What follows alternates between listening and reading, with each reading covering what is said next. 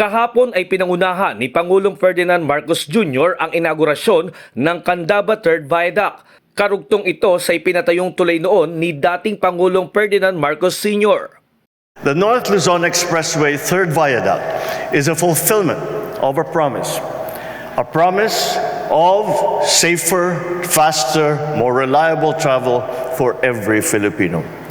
Since its opening in 1977, this 5-kilometer bridge has been a critical link connecting the towns of Pulilan and Bulacan and Apalit in Pampanga. It was one of the landmark projects initiated by my father, then President Ferdinand Marcos Sr. Years later, it remains a vital link between the North and Metro Manila, leaving a lasting impact for generations to come. Para sa isang truck driver, gaya ni Mang Regalado Nalasco, malaking kaalwan ito para sa mapabilis ang daloy ng trapiko dito.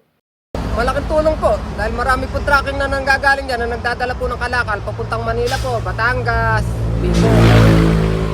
Yun po ang dinadaig po din namin ng mga trucking.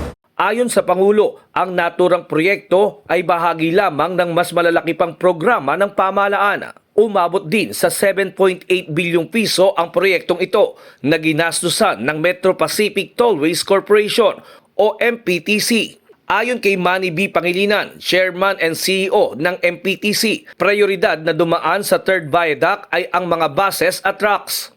For Class 1, Class 2, Class 3, all sorts of vehicles. Although the Third Viaduct has been built to carry more weight because we're noticing that there's been an increase in cargo trucks that are traveling through the system. No? Yung sa southbound lane is for now restricted to Class 1 vehicles, so not the heavy trucks. Ang pagbubukas ng 7.8 bilyong North Luzon Expressway Candaba Third Viaduct ay inaasang magpapasigla sa pagunlad sa Central Luzon sa pamamagitan ng pinahusay na koneksyon at pagkakataon sa negosyo at aktibidad sa turismo.